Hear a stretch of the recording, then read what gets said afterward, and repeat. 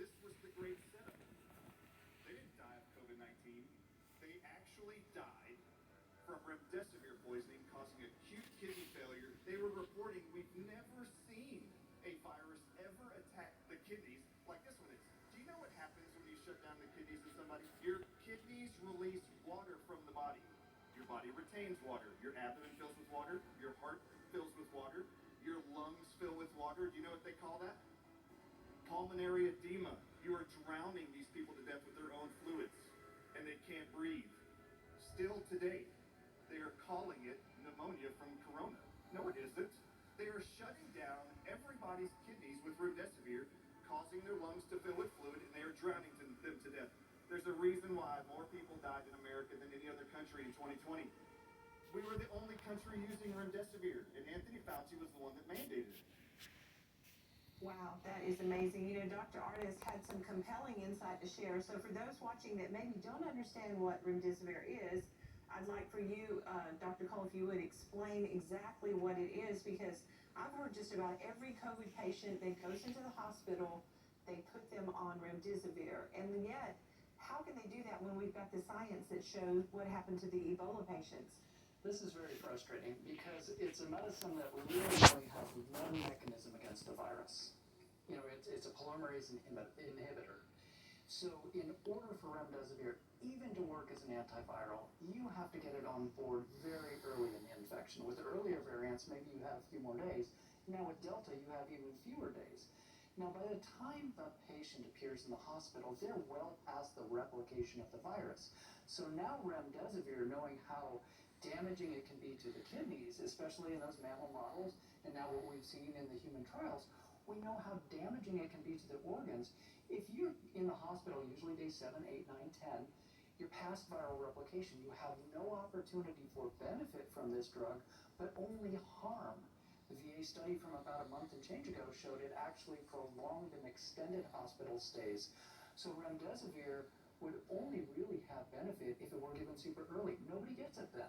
And we know that there are other medicines that are far safer, early outpatient treatment that keep people from even being in the hospital. And those medications are safe, proven, efficacious. Remdesivir, dangerous medicine, given at the wrong time generally, and really showing no benefit other than to the back pocket of big pharmaceutical companies. And there's data to show that it can cause damage to your kidneys. Absolutely. So, I mean, how many times have you heard about somebody that has COVID that's in the hospital and they have kidney failure? Absolutely. There was someone that called our show recently that's been a real supporter of our work who had both of her parents die on the very same day in the hospital. And what she talked about was going into the hospital and saying, I asked for vitamin C. They wouldn't give them intravenous vitamin C. I asked for ivermectin. And they basically said to her, in this hospital, your parents are going to get remdesivir and they're going to be put on a ventilator. And if you want a different treatment, then take your parents out of this hospital. This is what's happening all across this nation, and it is going to be as dark a time reference in history as the Salem witch trials.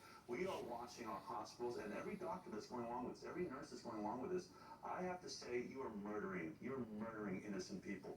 There are known treatments with 70 years of safety when it comes to hydroxychloroquine, 40 or 50 years when we look at ivermectin of safety data. Nobody dies from that drug, and we're seeing hundreds, if not thousands, of studies around the world showing an incredible success rate, reducing hospitalization and death by up to 86%.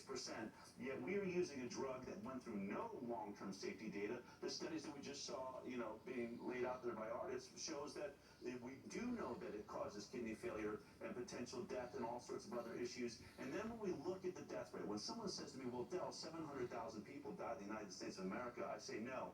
700,000 people, at least several of those hundreds of thousands of people have been murdered by malpractice in hospitals. And as Dr. Cole was pointing out, for the first time in history, when we now know in every phase of medicine, early treatment is the answer, no matter what it is, whether it's cancer or, you name it, for the flu, we know early treatment, yet doctors and nurses are saying to people coming in saying, I'm having difficulty breathing, they test the oxygen level of the blood, they say, you know what, you're not so bad yet, go home until you're almost critical, then come back, and then we're going to give you this drug that won't work now and put you on a ventilator, at which point you have about a 9 in 10 chance of dying. It's an abominable situation, and any nurse or doctor that's going along with it, I think that they should be held accountable. They have to start holding themselves accountable, because when we look at Nazi Germany, when we look at these times in history, the doctors will always say, hey, I was just doing what I was told. I was just following the protocol handed down by my superiors.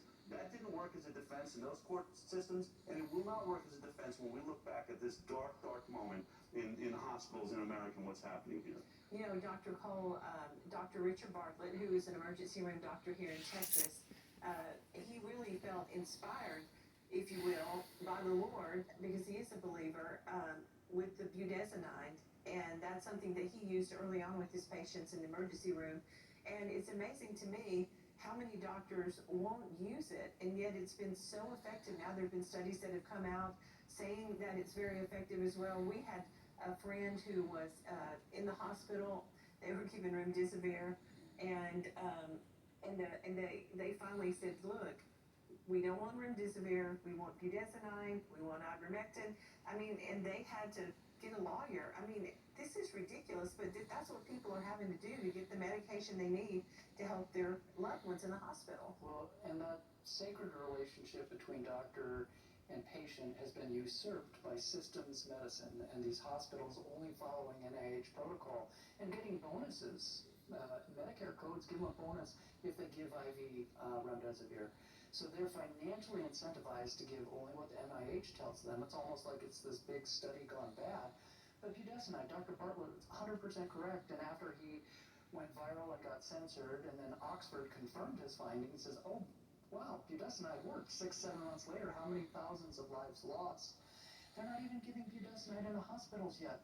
Yeah, Oxford confirmed what he had been saying. Correct. But that we had lost 7 months. Correct. Where people weren't allowed to use, where, you know, doctors weren't even using budesonide. Incomprehensible how so many doctors and nurses, as to Dell's point, are complicit.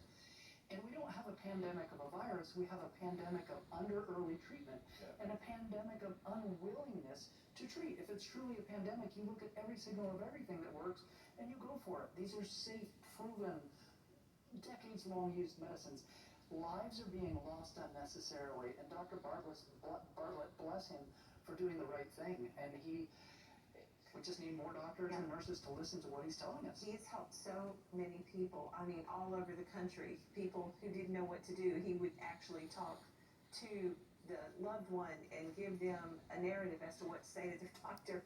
I know there are a lot of other great doctors, the frontline doctors, and you, Dr. Cole, as well. I know, Dale, we've interviewed some amazing doctors that are willing to put their reputation on the line because they love people. Well, I think we have an overview of the DVD we want to share with you. Before we do that, let's go to Marcus. I think he's back there where you're calling, so continue to call, honey. Okay, thank you, Joni.